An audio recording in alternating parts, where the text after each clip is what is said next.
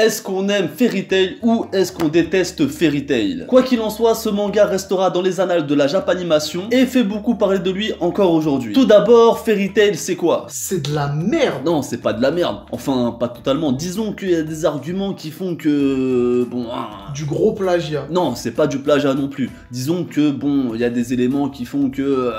bon, voilà. Pour ceux et celles qui ne connaissent pas Fairy Tail, c'est un manga qui a été publié en août 2006 chez Pika. Grossière erreur de Pika. 64 millions d'exemplaires, c'est autant que FMA. Mieux que Berserk, qui n'est qu'à 40 millions. Quoi? Mieux que Berserk?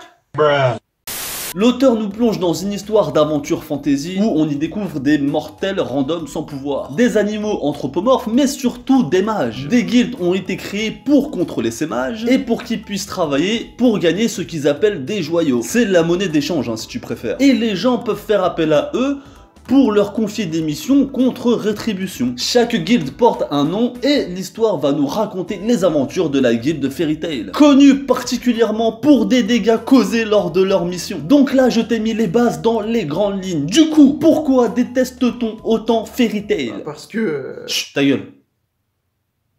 Effectivement, comme le dit l'autre trou de balle là, il est difficile de ne pas crier au plagiat, notamment sur le chara-design des personnages. Sur cette image, on peut voir d'un côté Shanks de One Piece et de l'autre Guide Dart de Fairy Tail. La ressemblance est plus que frappante. Coïncidence? Hommage, inspiration ou plagiat? Sur cette planche, on y voit un personnage de Fairy Tail en haut et le célèbre Roronoa Zoro de One Piece en bas. Ce qui nous rappelle cette histoire avec Toyotaro, le dessinateur de DBS, avec son personnage de Goku God Blue dans une position identique à celle de Captain America. Et dans cette affaire, le mot plagiat a été balancé immédiatement sur les réseaux. Toyotaro nous a dit clairement qu'il s'était inspiré de ce dessin pour rendre un hommage.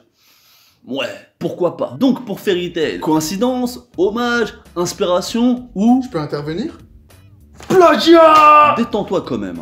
Il y a également ces deux couvertures qui ont beaucoup de points communs. Autant couleur, les titres en haut en arrière-plan et les personnages qui se chevauchent au premier plan. Bon, ça commence à faire un peu très beaucoup. Hein. On peut aussi remarquer dans cette scène une grande similitude. Les amis du protagoniste se font éclater leur grand-mère, attitude badass du héros déterminé à en découdre, plan sur un lieu de regroupement festif, entrée fracassante. Bon, là on peut se poser de grosses questions sur plagiat, parce que c'est pas fini. Ici dans One Piece, on a une planche qui nous montre les personnages dans une position de signe de rassemblement, Enami qui en est ému aux larmes, et ici, chez Fairy Tail, nous avons presque la même chose à quelques différences près. Revenons sur le chara-design. Quand on met côte à côte certains personnages, il est clairement plus possible de parler de coïncidence, on est d'accord? Donc il nous reste hommage, inspiration et plagiat. Je vais survoler rapidement le caractère de certains personnages. On a Natsu, le héros très puissant, un peu concon, survolté, prêt à tout pour sauver ses amis, avec un passé à nous faire tirer la larmichette. On a Happy, qui est l'animal un petit peu mascotte de la série, Grey, qui est toujours en compétition avec Natsu, et on a encore beaucoup de choses. Bref, tous les clichés du shonen neketsu en termes de personnages. Et justement, la transition est parfaite, parce que ce qu'on reproche le plus à Fairy Tail, c'est son côté trop shonen de base. Un héros qui level up tous les matins au petit-déj, et une équipe autour de lui qui le rendent plus fort avec le pouvoir de l'amitié. Pour ceux qui ne savent pas ce que c'est que le pouvoir de l'amitié, c'est très simple. Tu te trouves face à un adversaire qui est plus fort que toi. Il te met la raclée de ta vie, mais tes amis t'encouragent. Parce que oui, dans un shonen, même quand ta vie est en jeu, tes amis te regardent te faire défoncer en mode spectateur, et même qu'ils commentent les attaques que tu te manges dans la tronche. C'est comme un tête-tête au quartier. Exactement. Bref, donc leurs encouragements te permettent de trouver en toi une force immense, insoupçonnée, qui au final va te donner la victoire sur ton adversaire. On reproche à Fairy Tail également son manque de réalisme, dans le sens où c'est très édulcoré. Il y a beaucoup de coups violents, mais au final, les combattants s'en sortent qu'avec quelques égratignures, un peu comme dans Dragon Ball Super. Et c'est pour toutes ces raisons que beaucoup de monde déteste Fairy Tail. Mais c'est également aussi pour toutes ces raisons que beaucoup de monde adore Fairy Tail. Peut-on crier au plagiat? Je ne pense pas dans toute la totalité de l'œuvre. Car Fairy Tail c'est quand même 63 tomes, plus 2 tomes pour la quête des 100 ans, et 328 épisodes pour l'animé. Jugez seulement ces quelques planches sur des milliers d'autres.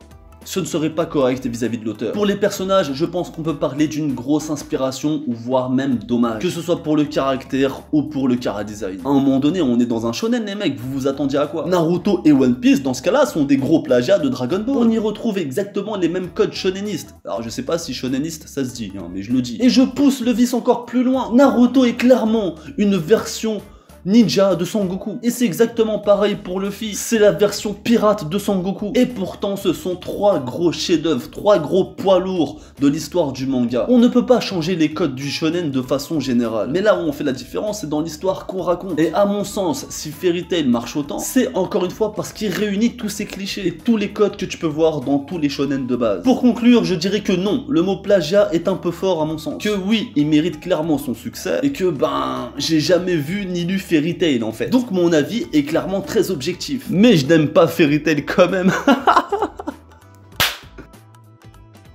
T'as dit quoi? Il y a d'autres formes de plagiat dans Fairy Tail?